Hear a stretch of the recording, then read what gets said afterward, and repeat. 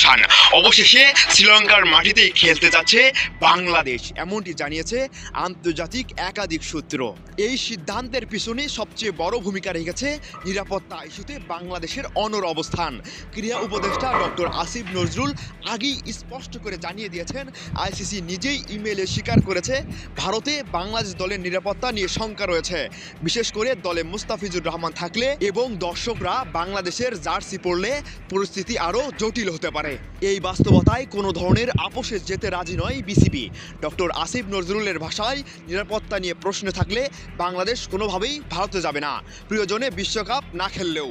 ভারতীয় ম্যাচ আয়োজনের বিষয়ে শুরু থেকেই চাপ সৃষ্টি করছিল বিসিসিআই, তবে বাংলাদেশের দৃঢ় অবস্থান, আইসিসির নিজস্ব নিরাপত্তা মূল্যায়ন এবং আন্তর্জাতিক চাপের মুখে শেষ পর্যন্ত সেই অবস্থান ধরে রাখা কঠিন হয়ে পড়ে। ফলে এখন যে চিত্রটি স্পষ্ট, বাংলাদেশের ম্যাচগুলো শ্রীলঙ্কাতে হওয়ার